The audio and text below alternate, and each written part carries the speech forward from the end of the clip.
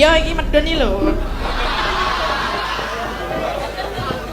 Ayo sinden ra kena dipidak pewayangane ya sing ngene iki.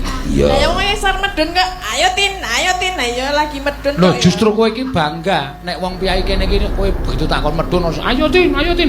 Berarti selama iki penonton iki memperhatikan kamu. Iya.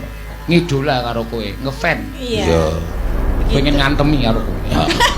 Ya pengen ngantemi lho. Saking ngefane ana sing gemes wong nek komentar kae Tatin tuh bikin gemes.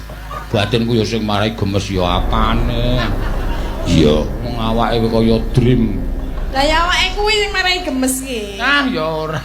Kelemon nek kowe iki ora marai gemes ora. Iya. Nek ditumpuk kaya ngopo ngono paling. Halo ana sing wah. Kae ngelekar lho kae. Paling lho, paling. Wah. Ya ora apa-apa arang ya. Lagune apa? Arep ngaturke apa? Lah napa enten? Sisa-sisa cinta wis. Ya, iki mau wis.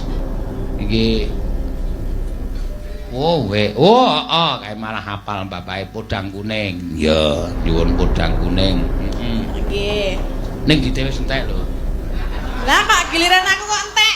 Aku ki mau lek ngedumi kokean nek.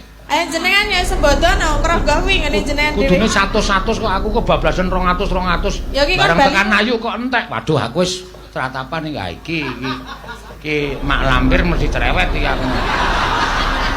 Kuwi lho tasnya dirogo. Tas apa? Anggepe kok ngrogo tas. Ya kan sembodo ngono lho. Tenetek kanggo wayangan ngrogo tas tekor, wayangan ngrogo tas tekor.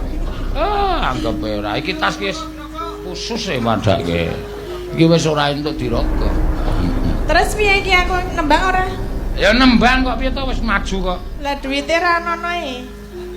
Ora komersil banget to. Ya aku ora komersil liyane dikeki lho. Sesuk ora wis tak bayar to. Ya kuwi beda. Oh, ya engko gampang lho. Ya aku tok catet utang ra masalah. Ajeng utang lho jenengan. Heeh. Sing wingi transferan rong dikeki lho. Kowe dengkulmu melocot. Lah tenan lho. Sing endi? Kuwi transferane ora nang rekeningku.